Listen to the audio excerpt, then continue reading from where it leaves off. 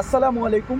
আমি এই মুহূর্তে দাঁড়িয়ে আছি পঞ্চগড় জেলার বোদা উপজেলার করতোয়া নদীর পাড়ে, যেটা হচ্ছে বর্তমানে একটি ওয়াই সেতু নির্মাণ হচ্ছে, যেখানে 72 জনের আত্মত্যাগের বিনিময়ে এই সেতুটি নির্মাণ হচ্ছে। 2022 সালে এই সেতুটির কাজ চালু হয় 72 জনের আত্মত্যাগের বিনিময়ে। কারণ এই 72 জন নদীর ওই পার থেকে এদিকে বদেশ্বরী মন্দিরের উদ্দেশ্যে আসার সময় তারা সনাতন ধর্মাবলী ছিল।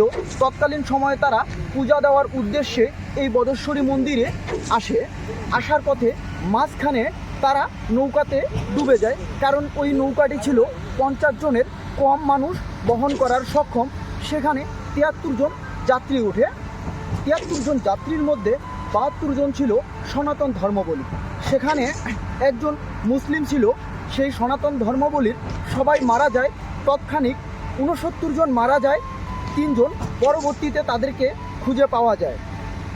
একজন মুসলিম থাকাকালীন সে কোনো রকমে আল্লাহর অশেষ রহমতে সেখান থেকে বেঁচে ফিরে আসে।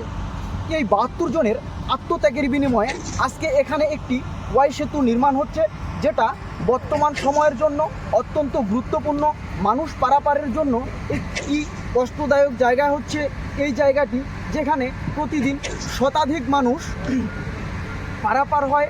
এই দিক থেকে ওই দিকে আরেকটি বৃহৎ হাট রয়েছে, সেখানে মানুষ হাট করার উদ্দেশ্যে এই নৌকাতে যায়।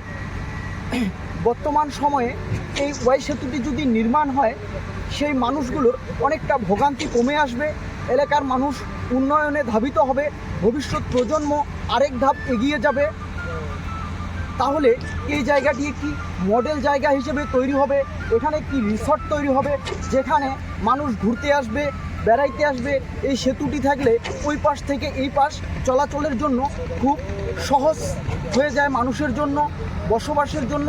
একদিকে যাতায়াত ব্যবস্থা, আরেকদিকে সব মিলে এই এলাকার মানুষ একটি শান্তির জায়গায় চলে আসবে। যে